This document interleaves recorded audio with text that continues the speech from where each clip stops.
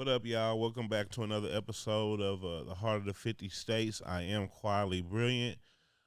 I always give a shout out to my sponsors first, Industry Sounds and Midwest Lavish for keeping me fresh. Like always. Today I got a special guest. We're gonna do stuff a little different this time. I'm gonna dip off into a culture that I know very little about, but I feel like now is more time than ever to talk about it. So I brought on a fellow podcaster from the city, Slikc Vic. Slikc Vic in the What's house, up, man? Welcome to the Shit, Heart of the I 50 appreciate States. you having me, bro. Oh, no problem, no Yeah. problem. I think now is like I was telling you off camera. Yeah, This is probably the best time for us to get together yeah. and shed light on your culture and everything that's going on Definitely. with it. Black love, brown pride, man. You got to unite. You know what I'm saying? Yeah, for sure. So you're a rapper. You rap. You podcast. What else is Vic into? I'm a handyman. That's Okay. my job, handyman. Been handyman for 5 years. We had that brand blowing up, Handyman to the Rescue, with our Snapchats. We have 16,000 followers on Snapchat. We have 50,000 on YouTube. We got 10,000 on TikTok before they took it away. Yeah. This whole rapping thing started. Well, I'm 40, right? Yeah. So I grew up in Northeast Kansas City. Shout out to the North Side. Shout out Northeast. Yeah. And it's culture mix over there. Yeah. All the cultures are there. You know what I'm saying? It's the barrio. Yeah. But I had kids at 17, so I kind of put the rapping away. So you've been rapping since you was 17, Yeah, I've been in, or before that. My favorite album was like Masterpiece Ghetto D. You know what I'm saying? Like, you know what I'm saying? Like, it's that type of stuff that I grew up since I was 8 here. You know. Yeah. So my whole teenage years, whoop, whoop, whoop, and I put that away because I had to raise 3 kids. You know what I'm saying? I just kept having kids till I was 20, and now they're all grown. I'm off child support, and then I picked it back up for this, like you're saying, all this that's going on. They're targeting us now. There's always a target when it comes to politics, man. Yes. Like 2001, there was the Arabs, and you got boom, and then now they're focused on my people, even though they say it's all the undocumented immigrants. It's really targeting the Hispanics. Yeah, because it gives them a chance to racially profile you. And that should be scary for everybody. Everybody. Look at the white people that are getting killed now. Exactly. Whether it's a false flag or not, man, they're putting it in your face saying this is cool. We got the authority to kill you. Yeah, and don't have to explain it. Like I said, it ain't even about black, white, Mexican. It's about what's right. And like I said, another thing is the most people that are undocumented in the U.S. are Asians. Why aren't they rushing the buffets? Why aren't they rushing? You know what I'm saying? I mean, they're rushing facts. Yeah, they're rushing Mexican businesses or Hispanics. Yeah. What's the difference? There ain't. It feels like Trump or whoever's in there just basically said, let's just target these folks. Yeah. I get it. The last administration let him in legally with the asylums and all that crap, but it's kind of like a setup, to me personally, it's not a fact. This is my. The governments, they always create a problem and they already have the solution. They kind of created that problem. Now they're attacking their solution. Yeah, because when another president comes into office, bro, they're going to change. It's going to change everything. So you got to be careful with it. Yeah. You know what I'm saying? Definitely. Anybody that's out here that's undocumented, man, be careful. Careful, even the ones that are documented, I've seen they shipping out people that got their papers. Getting lawsuits. You know what I'm saying? Oh, yeah. And like I said, I feel that hard, which is the reason I picked up rapping. My first song was "Fuck Donald Trump Way." No shit. Trump way. I wanted a message out to hit him. Kind of like a diss song to like hit him right, the main guy. You know what I'm saying?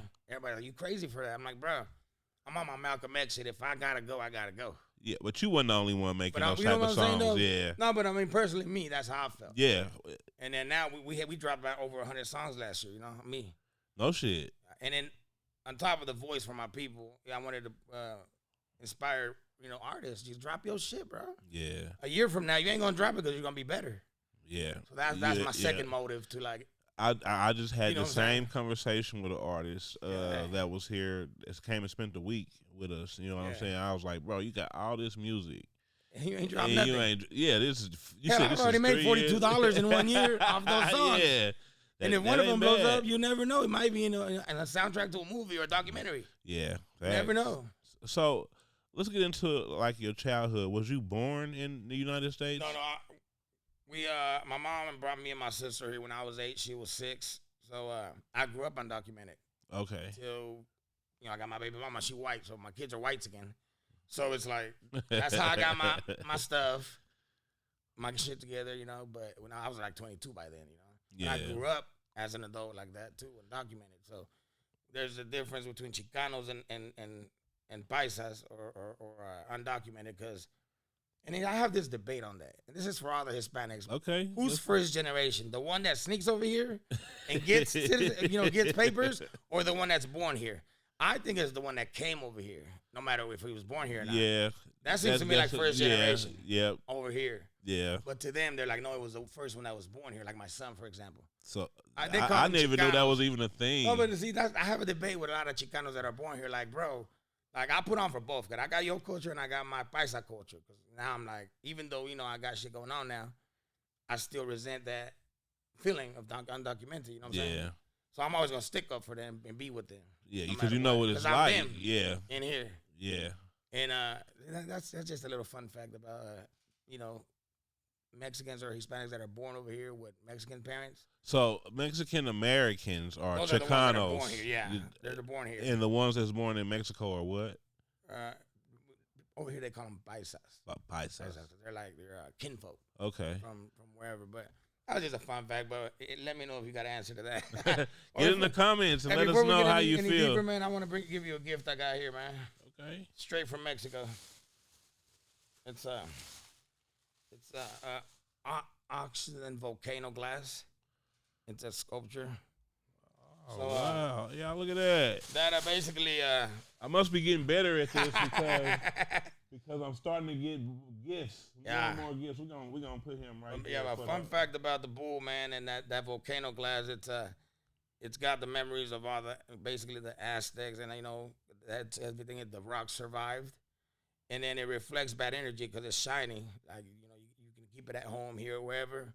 And then the hate, kind of like the mirrors and stuff, it reflects, Okay. And then it just represents the bull's strength and, not wild strength, but more of, are you a Taurus? Like no, I'm not a Taurus, but I got that. Exactly. See, that's a perfect fit. It's like you got strength, but you don't just wildly out there, but you're not trying to fight everybody. You just kind of calculate like. Yeah. Yeah, you know what it means then. You into the bull. Well, like the stock, they got the bull and the bear. Yeah. When you're bullish, it's like you boom, boom, boom, boom, boom. Yeah, I might keep him on here as a feature. Yeah, man. For the rest of the season. Thank you. You know what I'm saying? Thank you. I appreciate that, brother. And it's like I said, it's special because it's that Mexican volcanic. Yeah, I will hold it special. You might just gotta polish it a little bit, but yeah, no, I'm gonna leave it just like this. However, whenever we have a show, I'm gonna leave. I'm gonna put. He sits right there. You gotta give him a name too. Whenever. Okay, I'm gonna give him a name. How did you find growing up or coming here when you was 9? Was it like a shell shock for you? That's one thing about coming here so early, 8 years old. I started, everything's a shock, man. You don't know the language. You don't know nothing. Luckily, I already wrote, spoke, and read Spanish real good because I was in 3rd grade over there. So that's a blessing because I can read, write Spanish still. Yeah. And then over here, it was kind of like you picked up this language, culture. 3rd, 4th, and 5th grade in Border Star. Shout out Border Star Elementary. ESL with the teachers, right? By middle school, I didn't need to do that anymore. I already had fluent English.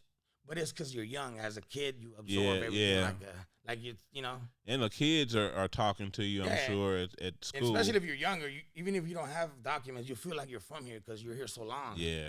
You don't even know Mexico type deal, And yeah, it's definitely a shock, but then you get used to it type of deal. But then when it started hitting me, when I realized I didn't have documents, was in middle school or high school, because they ask you for for free lunches, your social, this and that. If you ain't got it, you ain't got it. You just kind of feel like. Yeah, I was a reduced lunch kid. It wasn't free, but it was. And you're like, I don't know what that is. I don't know what that is. So you go to mom and Mom, they want you to fill this out. Yeah, my lunch used to be 40 cents. Yeah. Can't do that no more. They're like $2 or something now. Yeah, 40 cents, bro. But that's when you kind of start realizing, hold on, I'm not really the same. But actually, the culture, you know, they start kind of like not molding you, but teaching you as a kid. You know, you kind of move in the shadows and like chill. You know, you kind of just say we just say yeah to everything. We got papers. Yeah. But, I mean, it's not like you just thrown in, but you kind of get like taught by your family. Yeah, and then back then it really wasn't even a big wasn't deal. that deep. Yeah. Not until 2001. That's when it started getting real heavy. Yeah. Back then, you almost kind of just walk back and forth whenever.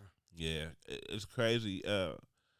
You said you had a sister. Is she still over here? Yeah, she's still over here. Like she feels more Karen. Her name's Karen. She's almost like a real Karen, but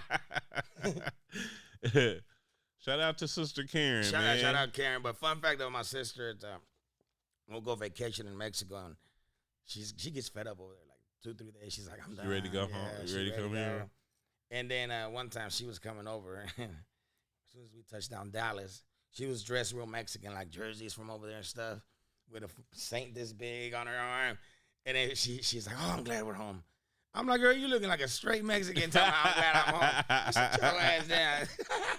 But I mean, she grew out here since she was 5, you know? Yeah. You really can't blame her, but yeah, she gets fed up. I love it over there, man. I want to retire over there. You know, like, yeah. Her? Yeah, she ain't having nothing to do with it. I guess that's probably normal. Yeah, especially 5 years old. Yeah. You really don't really remember. It's just that I guess it just matters on ages. You know, like I said, my age was perfect because I still had the knowledge and education from over there. Hell, we were already writing cursive over there by 3rd grade. Over here, they teach you that in middle school. They took that away now. And now they took it away. Which is crazy to me because we can write in a way that these kids can't even understand. They don't even know what's going on. Yeah, I don't even think they know this right here. This is crazy because this generation doesn't even know this. Check this out. I just got this one out because Mama just sold a car. But kids nowadays don't even know what this is. Oh, yeah. $2 bill. $2 bill, man. Y'all see that? That's a real $2 bill. They think it's... You go to pay one at the drive-thru, the kids are like, or the young fellas are like, what the hell is this real? Yeah, they're like, they call the cops and shit like, he's trying to pay with this. Yeah, it's crazy. I remember my uncle when every Christmas he used to give everybody in the family a $2 bill. I got an uncle like that too. Yeah. Shout out my uncle Sergio. Rest in peace, Uncle Wally. Yep. Okay. Yeah. Every Christmas he'd go and he'd come through with a stack pass them out to everybody. Mostly the kids. Yeah, most of the kids. He didn't really give too much to the grown-ups. Right. You was lucky if he liked you if you got one as a grown-up. You know what I'm saying? He won't fuck Nah. And them grown-ups, he wasn't trying to take care of. No way. Right. Like, let's get into Mexican culture, if we could, for a while. Very tight-knit families, I've learned throughout the years. Once y'all together, like, right.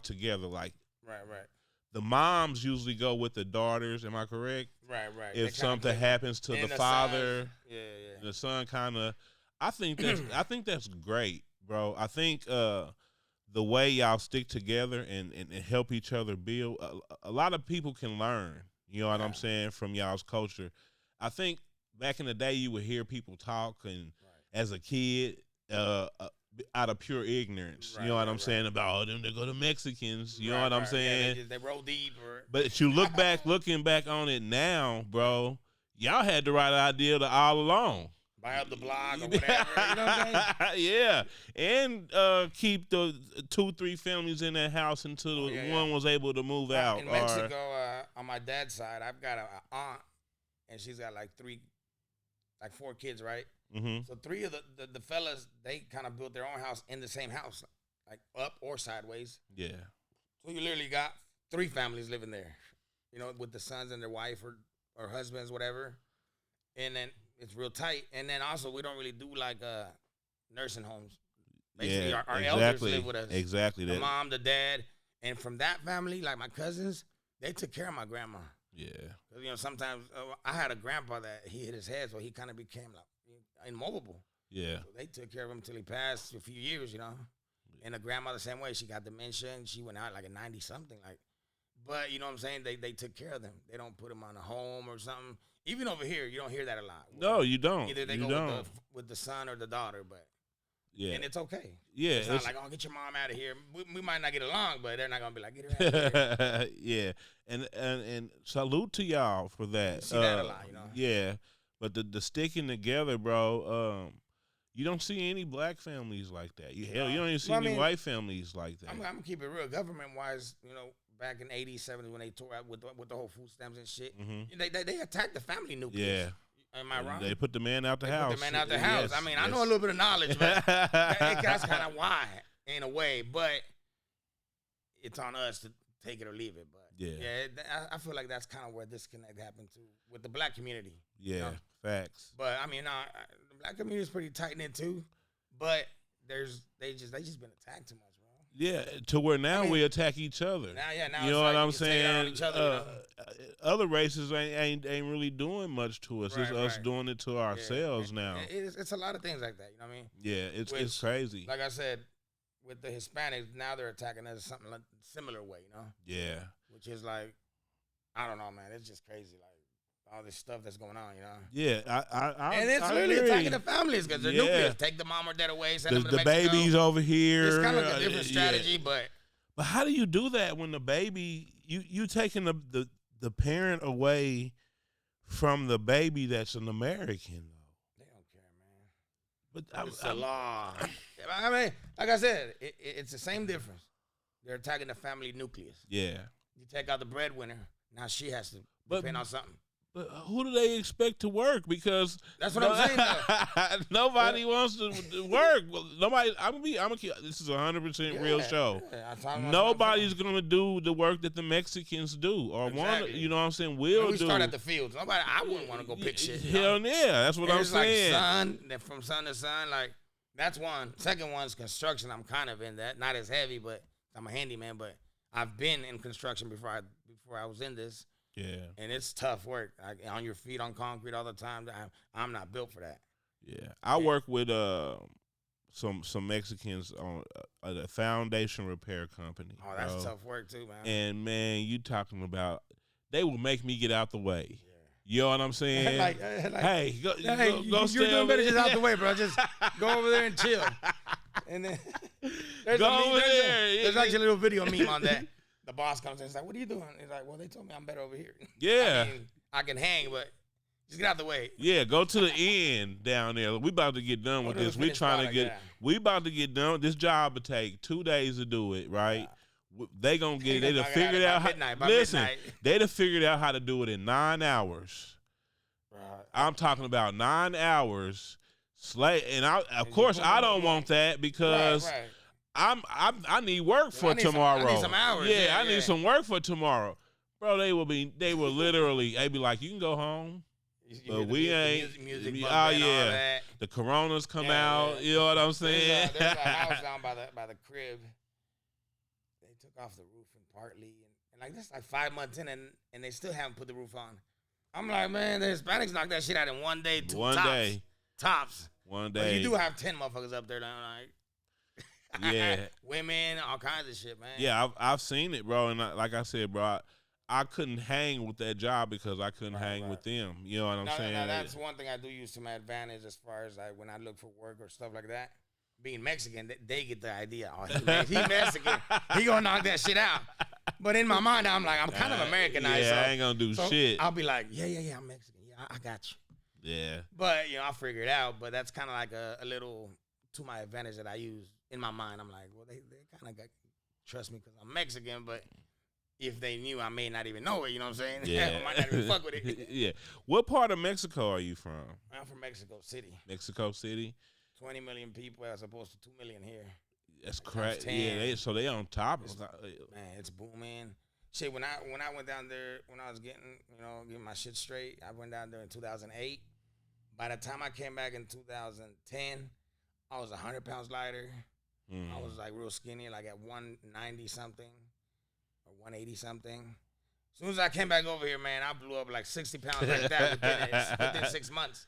That's crazy. All the food here, the flour, the junk food, all the shit. And over there, I walked a lot to work on the subway. We don't even move, man. I don't. I just the car, the crib, everywhere you drive. Yeah. So I'm not blaming that. I'm a good little eater, but I'm not blaming that. But it's more stagnant over here. Yeah. when did you start your podcast? We're on our second year. Second Close year? to second and a half. Yeah. How do you like it? I love it, man. Networking. Yeah. Like this. I've met a bunch of people. Brando, shit's father figure. Yeah. You've had some big people on your show. Well, like at the beginning, that's what I tell people. Start your podcast. Yeah. With your phone. I do it on my phone. That's what I started with. Now. Listen, I started with my phone. And nobody learns the first day. Yeah. So now we've got lights. We've got we record differently.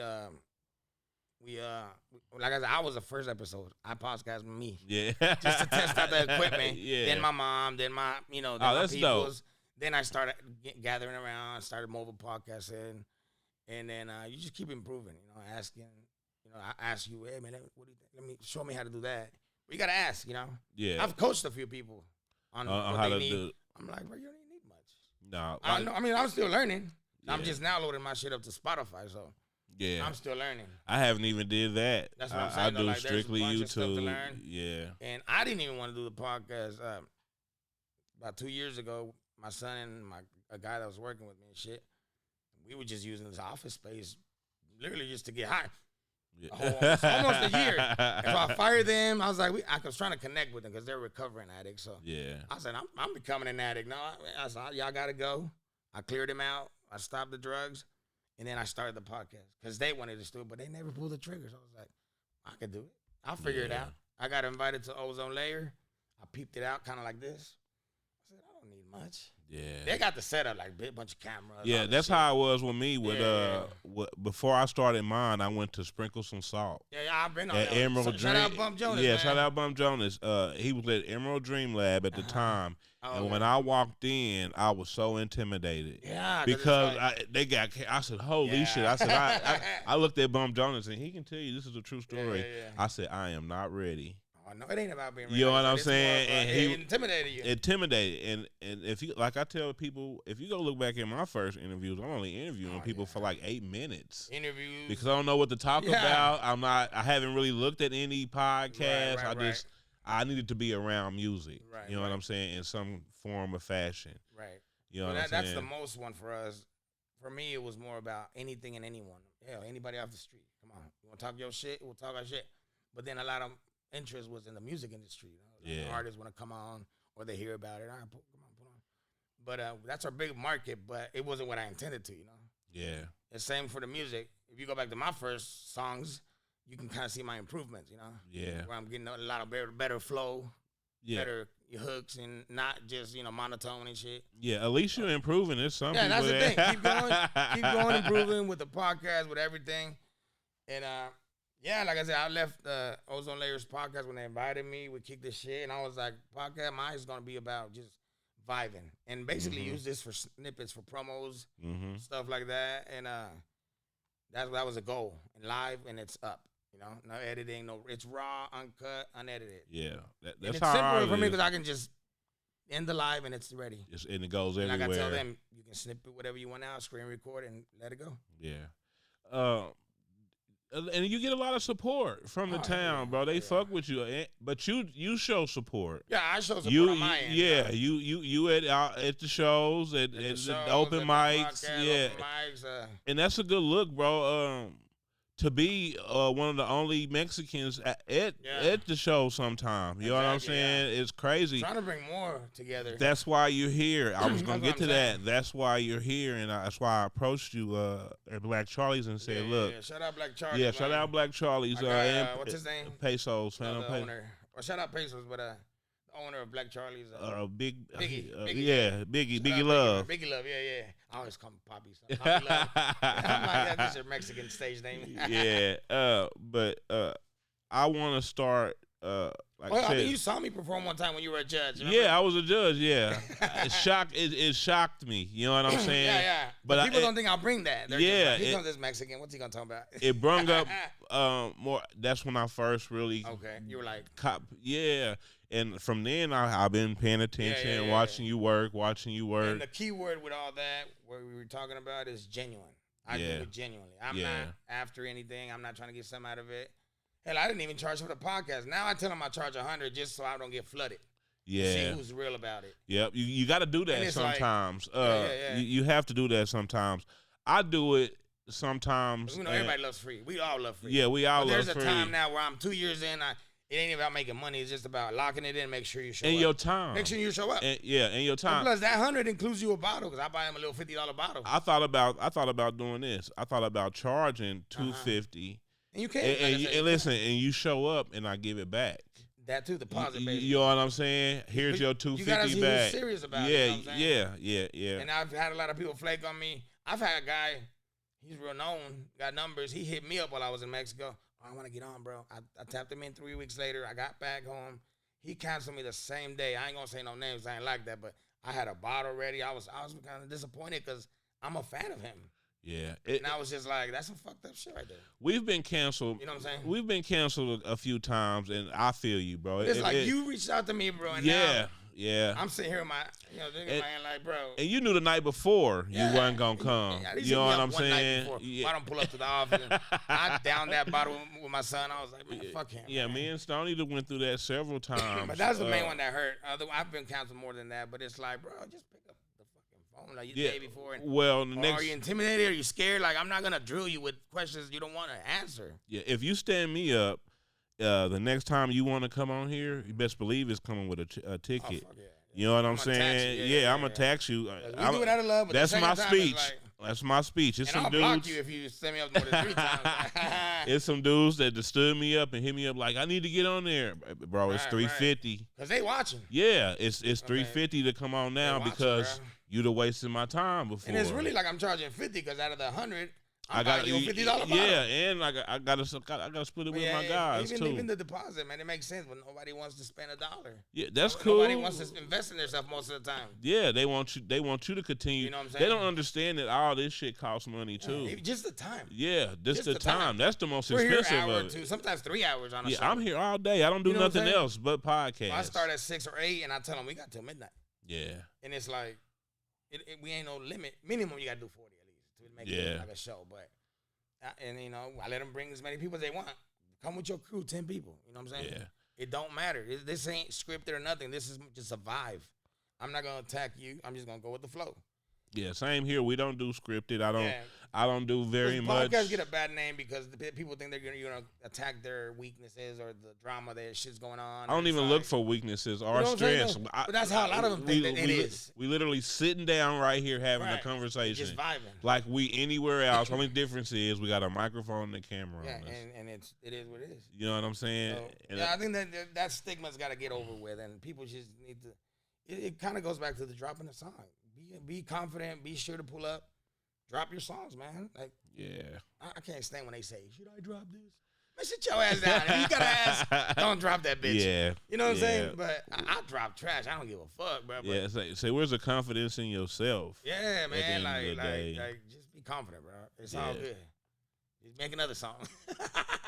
Food preferences: American food or Mexican food? Italian.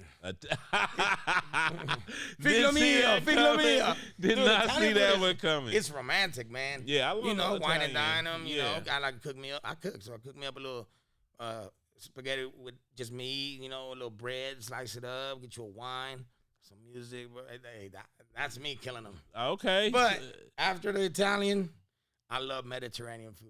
Okay, lentil I soup, do too. The lamb chops. That's between lentil soup. Hey, not many people know about lentil soup. American steaks, like Texas house, and then Mexican.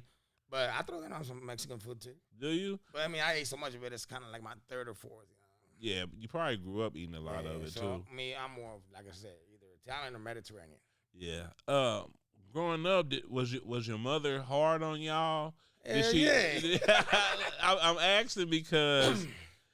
We don't have very many looks into like Mexican households. Growing up, you know what I'm saying? Growing up, like people did. Like one time when she got a station wagon Ford, right? We're going down the crib, the block. You know, I'm in her ear right here in the middle. Blah blah blah. I'm probably fucking my sister, talking shit, bro. She hit me with a blind hit. Bah!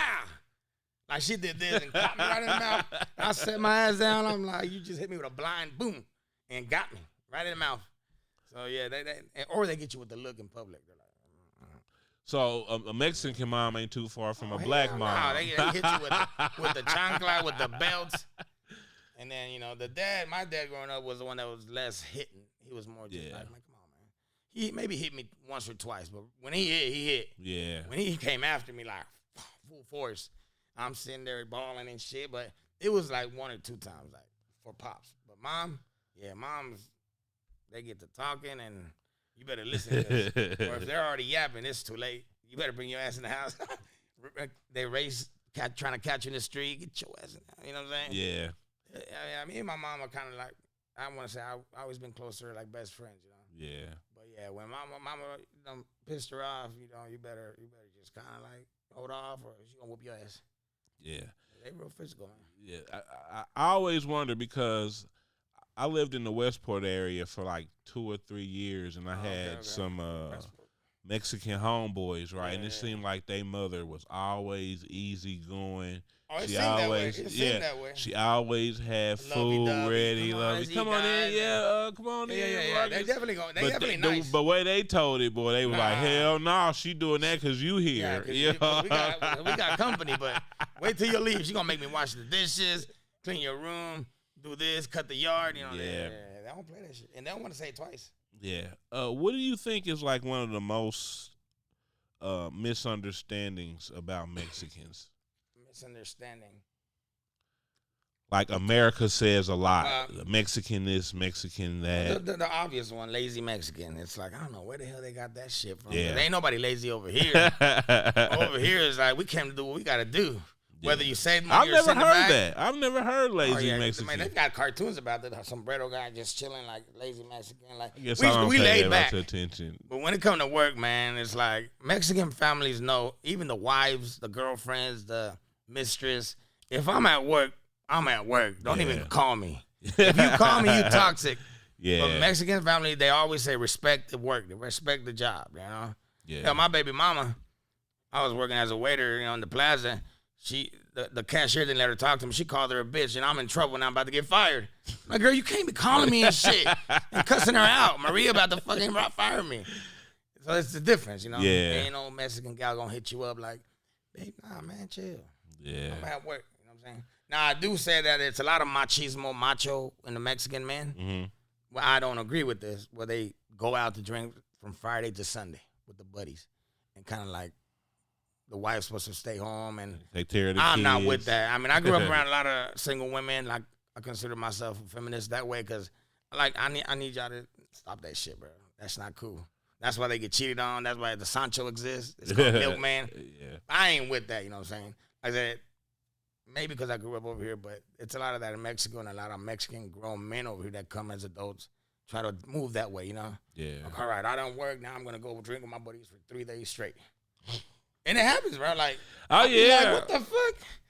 And like I said, I don't know if it's the way I grew up, but I'm like, I ain't with that, bro. I couldn't do that. Like, I may go out with the guys every now and then, a night, but I can't fucking do it the whole weekend. Yeah, it becomes like a thing for them. That's another thing. Mexican families or Hispanics, it happens a lot, Yeah. Family wise, I ain't with that, but it happens a lot.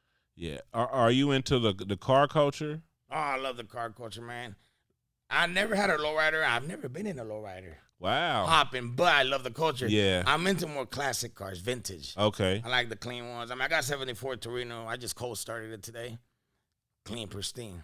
I just like the clean, pristine. Like the old school, cars that you don't have to do nothing to them. Maybe revamp them, but I like the classic, untouched. Cool. How often do you go and visit Mexico? At least twice a year, Twice a year. Hey, shout out Boulevard Bullies Car Club, Juarez Car Clubs, all the car clubs. Shout out Joe on Truman Road over there, Twin Cities Customs. Yeah, shout out Twin Cities. There's a lot of, I've networked with a lot of people there. Just taking my car 4 years ago, just started going to Southwest Boulevard. Mm-hmm. And you meet all the car clubs. That's a real cool, chill vibe. It's not even gangsters or fights. Now they just come together. But don't let your guard down and start talking more than you need to, because everybody's everybody. So, yeah. Just know the rules, know the politics. Yeah. The car culture here at Kansas City is pretty big. Oh, hell yeah. We just had a big old super show last year in August at the Bartle Hall. Yeah. It's one of the biggest. And the Mexicans represent. Oh, yeah. You know what I'm saying? And like I said, and it's not all Mexicans. There's black folks. Oh, yeah, folks, but the majority is that culture. But when it comes to putting cars together, like lowriders, right. Especially when it comes to the detailing. Here, shout out to my homie Ricky De Leon. He's got a gold plating. He does gold plating on See what I'm stuff. saying? I'm talking And he's about all got a the whole shop and engraving. everything. I've seen a whole car engraved, bro. I've never Yeah. seen. You seen Woody's? You know Woody with the Impala? The blue yeah. I call him the Godfather lowrider. But even all that came from y'all. You know what I'm saying? Well, that one came more from the Mexican Americans. Yeah, the Chicanos. in Which there's California. their family. Yeah, But like I said, you're talking to almost a paisa here. But I fuck with it, though. Because I grew up over here. Yeah. But that's more the Pachucos. You ever heard of the Pachucos? No. Like in the 40s. Kind of with the segregation. The Mexican Americans dressed in the suits and stuff. Yeah, those okay. are Pachucos. Okay. That's a whole other thing. But I respect them and stuff. But that's kind of where the low riding started. They wanted to be different because they weren't respected here or in Mexico. So it's like they had to find their own identity, you know. Yeah. So I fuck with them, but like I said, I'm paisa, so I don't feel for them like that. But I fuck with them.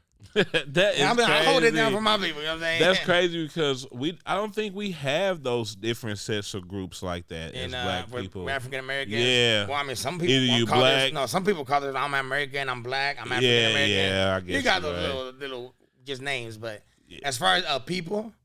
What about Africans coming from Africa?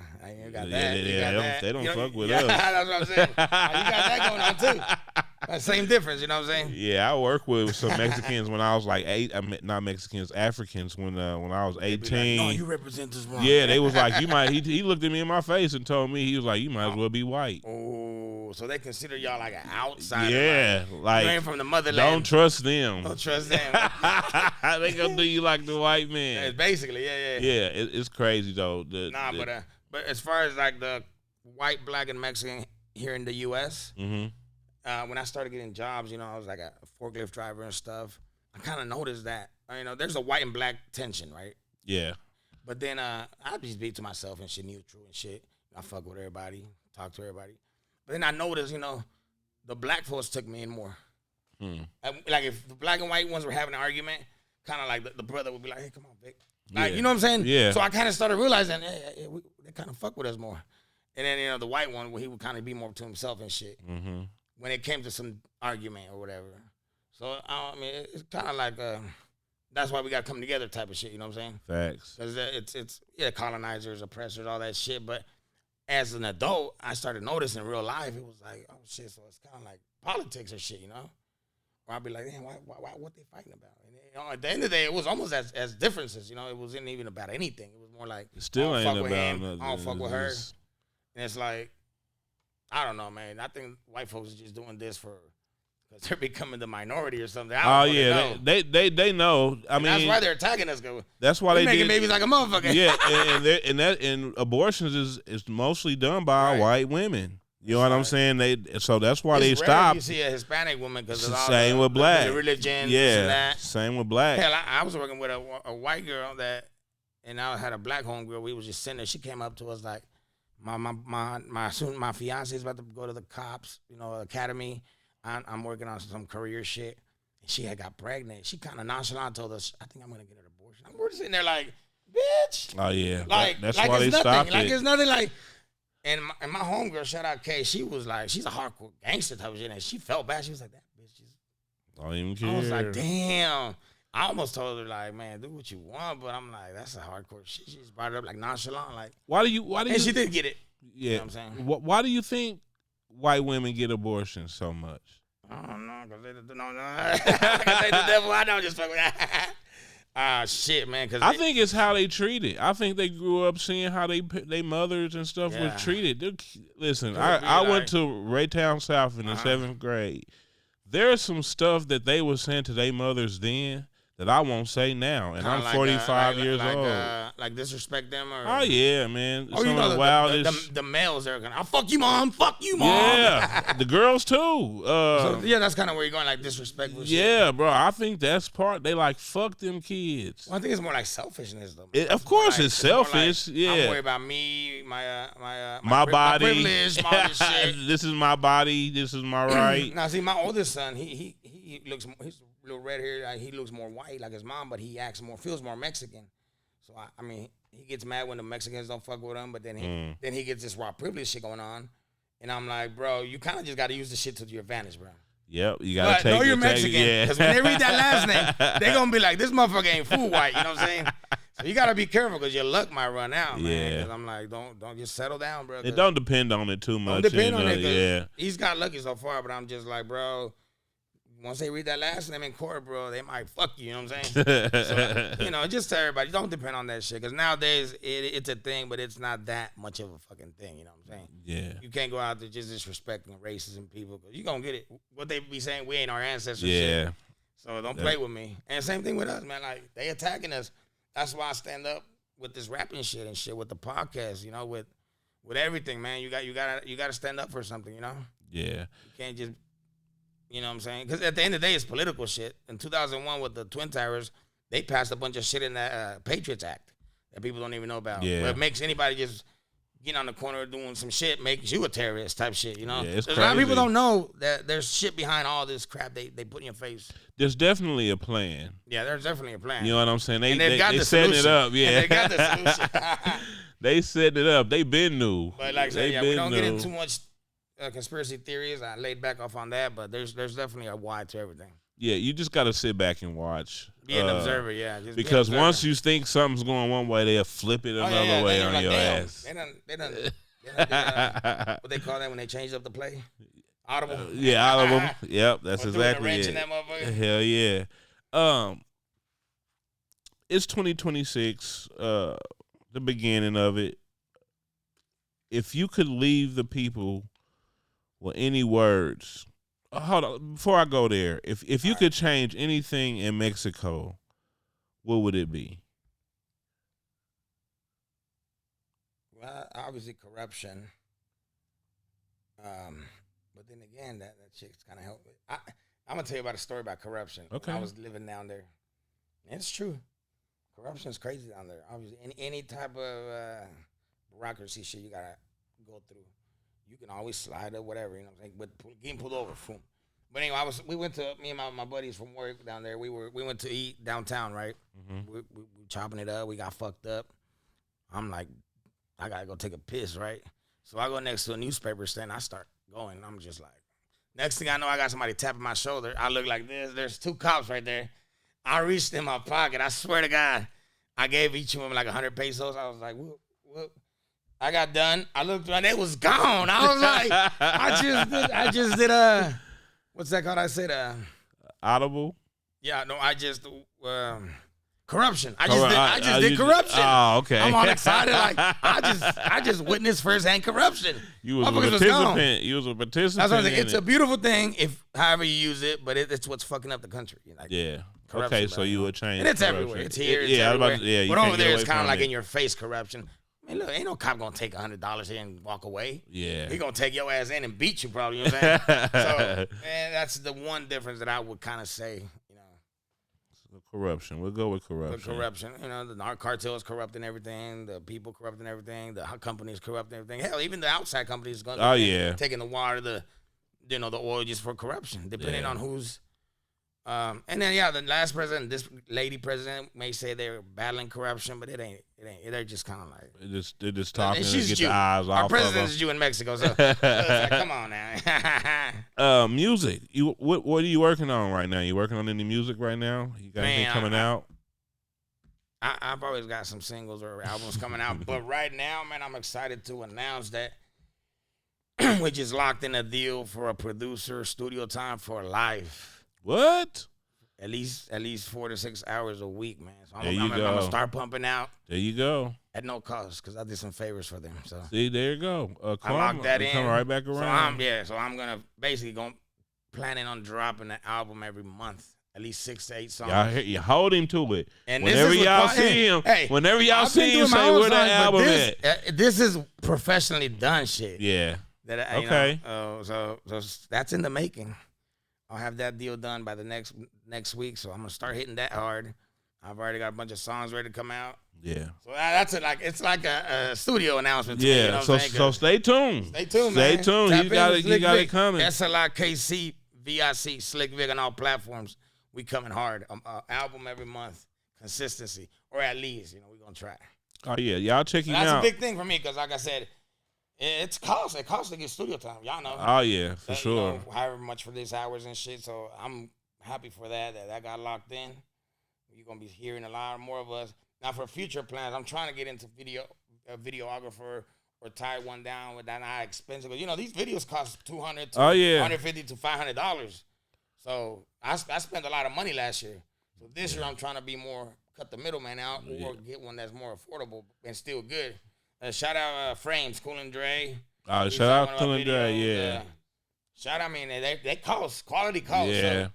So Dre, but more, we need to tie in a deal. Give me a video a month or two. Yeah, full videos, people not even watching those really no more. Exactly. Short form, shorts and then that's where it is, right and there. I can do myself snippets and reels. Some reels, yeah.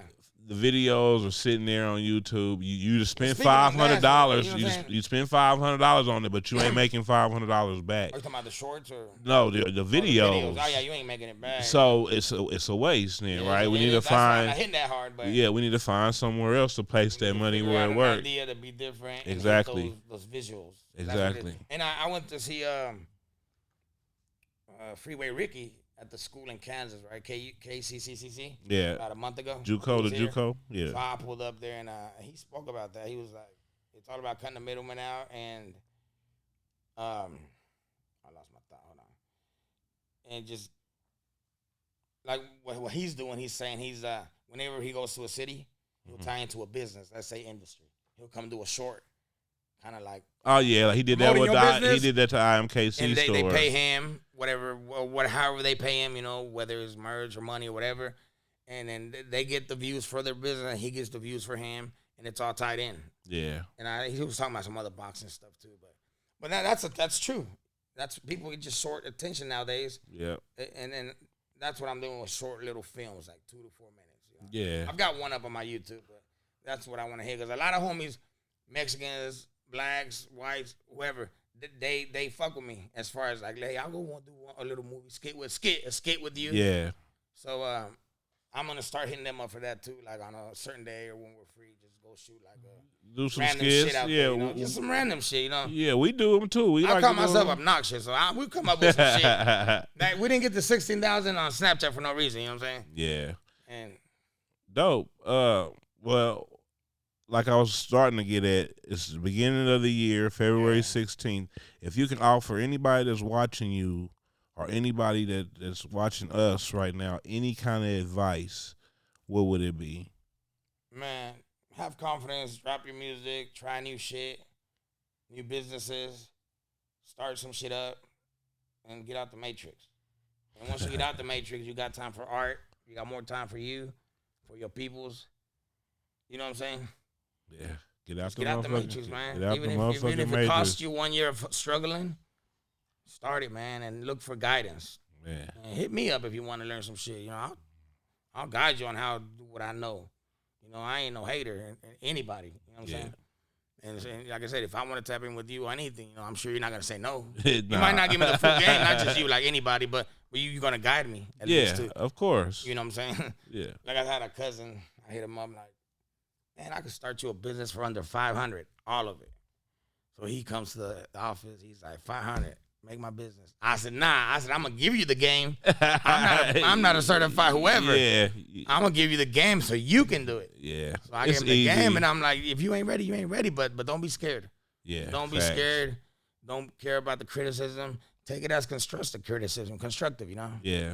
And then just believe in you. Oh. The last thing is just believe, man. Believe in you. Yeah, facts. You gotta be your number one fan, man. You gotta be your one. Somebody watching. Well, we got songs playing in Italy, Poland. Yeah. Just stick to your art. Yeah, you got to be damn near insane. You do. And then once you make it, I was fucking with him.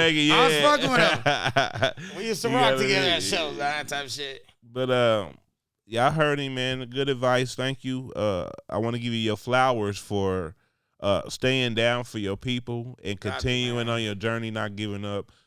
Not caring what nobody think. You know what I'm saying? Stick to your rap game. Stay consistent. Oh yeah. We'll do this again soon, or maybe I can come over to yours whenever. Lock in the day when we leave, and you can come over. For sure. And then we'll get to know you over there. Yeah, for sure. But again, thank you for showing up to the Heart of the 50 States. Shout out Heart of 50 States, man. This what I didn't tell him no or didn't jug him off, and he came the day in the time he was supposed to. Learn how to do pull up good on business. time, man. Yeah. Reputation's all you got. Yeah, facts. At the end of the day, fuck the cars, fuck the everything, clothes. Your reputation speaks for you, man. And then it's word of mouth. All you got is your may balls tell in another your word. podcaster, this motherfucker pulls up. Hell and yeah. I'm going to tell them, like, yeah, he was legit, pull up. Yeah, facts. But again, y'all, Heart of the 50 States, I could not do this without A16 Stony Shot It or Mad from Energy Sounds. Understand this does not happen without them. And shout out to them. Been another great episode. I'm gonna bring more of the black and the brown culture together. Man. Bring the culture, man. To kind of venture off into their lives for a minute here, so we can learn about their culture. We think we know, but we really don't. So get ready to see more Latinos on the Heart of the 50 States, because believe it or not, they are a part of. We love y'all. Like, comment, subscribe. We out. Yeah.